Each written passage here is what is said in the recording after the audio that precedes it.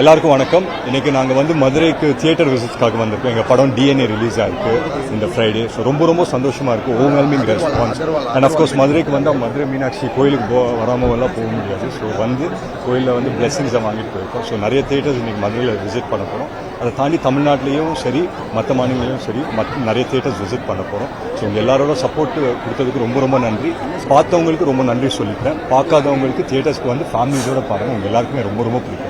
ஒரு முக்கியமான தருணத்தில் வந்துருக்கீங்க. நடிகர் விஜயோட பிறந்தநாள் 51வது பிறந்தநாள், அதுக்கு ஏதாவது சொல்லலாம்? ஐயோ கண்டிப்பாக விஜய் சாருக்கு நான் wishing Vijay sir very happy birthday and long live and God plus.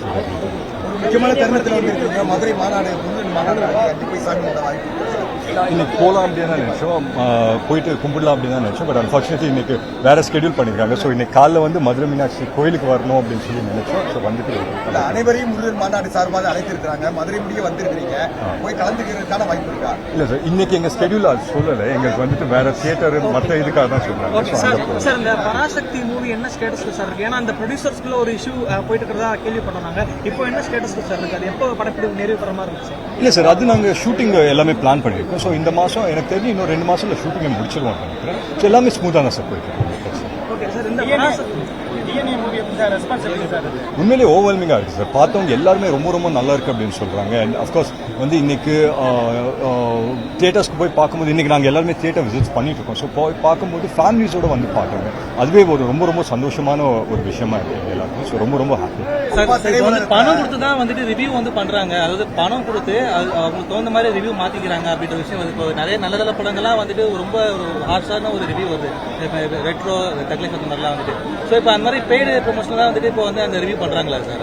Sir paid promotions பற்றி எனக்கு நாலேஜ் கிடையாது. ஸோ அதை பற்றி என்னால் கமெண்ட் பண்ண முடியாது.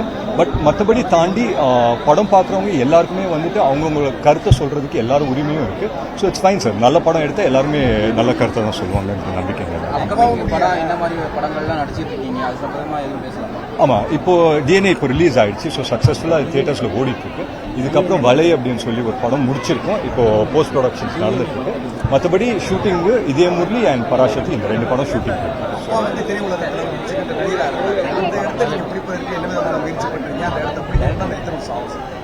இல்லை அப்படியெல்லாம் ஒரு கால்குலேஷன் போட்டு எதுவும் எந்த விஷயமும் பண்ணுறதா இல்லை சார். பட் எங்கள் அப்பாவும் வந்துட்டு இருக்கும்போதே அதுதான் சொல்லியிருந்தாரு. உனக்கு என்ன தோணுதோ பண்ணு, என்னோட ஃபுட் ஸ்டெப்ஸை நீ ஃபாலோ பண்ணாத, உனக்குன்னு ஒரு நீஷ் கிரியேட் பண்ணிக்கோ, உனக்கு பிடிச்ச படங்களாக பண்ணு அப்படின்னு சொல்லியிருக்காரு.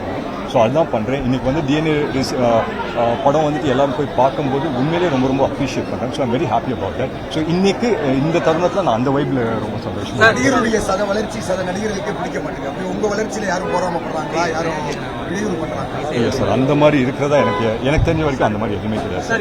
இது ஒரு பெரிய ஃபேமிலி. எல்லாருமே எல்லாரோட வளர்ச்சிக்கு வந்து சப்போர்ட் பண்ணுவாங்க, ஆதரவு.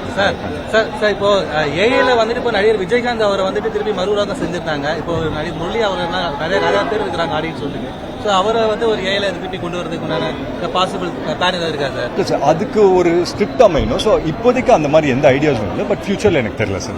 சார் நீங்கள் நிறைய ஸ்ட்ரகிள் பண்ணுறீங்க, பாடி ஃபிட்டாக வச்சுருக்கீங்க.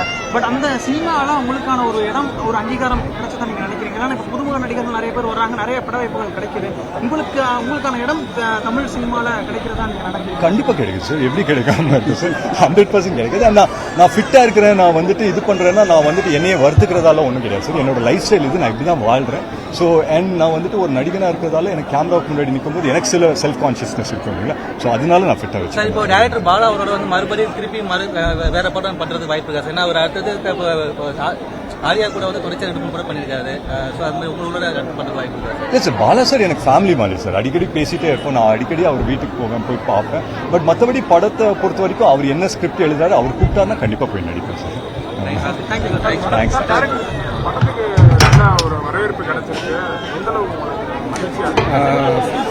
ஃபர்ஸ்ட் ரொம்ப சந்தோஷமா இருக்கு. எங்கள் அம்மாவுக்கு வந்து மீனாட்சி அம்மன் கோயில் ரொம்ப மனசுக்கு நெருக்கமான ஒரு இடம். ஸோ நாங்கள் நேற்றுலேருந்து தியேட்டர் விசிட் போயிட்டு இருக்கோம். இன்னைக்கு மதுரைக்கு வந்திருக்கோம். வந்ததும் கோயிலுக்கு வரணும்னு தோணுச்சு. தமிழ்நாடு ஃபுல்லாகவே வந்து ரொம்ப பாசிட்டிவான ரெஸ்பான்சஸ். இந்த படம் நாங்கள் ஆரம்பிக்கும் போது ஒரு பாயிண்ட் ரொம்ப தெளிவாக மைண்டில் வச்சுருந்தோம். ரிவ்யூஸ் பற்றி நம்ம பெருசாக மனசில் ஏற்றிக்காம மக்களுக்கு நெருக்கமான படமா, மக்களுடைய உணர்வுகளுக்கு நெருக்கமான படமா, தியேட்டரில் மக்கள் என்ஜாய் பண்ணக்கூடிய ஒரு படமா, அதே நேரத்தில் வந்து ஒரு நல்ல எமோஷன் கலந்த ஒரு என்கேஜ்மெண்ட் ஃபேக்டர் அதிகமாக இருக்குள்ள படமாக பண்ணணும்னு நினச்சோம். இன்னைக்கு ரிவ்யூஸில் எல்லாருமே எல்லா ரிவ்யூவர்ஸும் எல்லா மக்களும் இந்த ஒரு விஷயத்த ஒரு ரேசியான படமா இருக்கு, எமோஷனலான படமா இருக்கு, ஆர்டிஸ்டோட பெர்ஃபார்மன்சஸ் நல்லா இருக்கு அப்படின்னு சொல்லும் போது ரொம்ப திருப்தியா இருக்கு.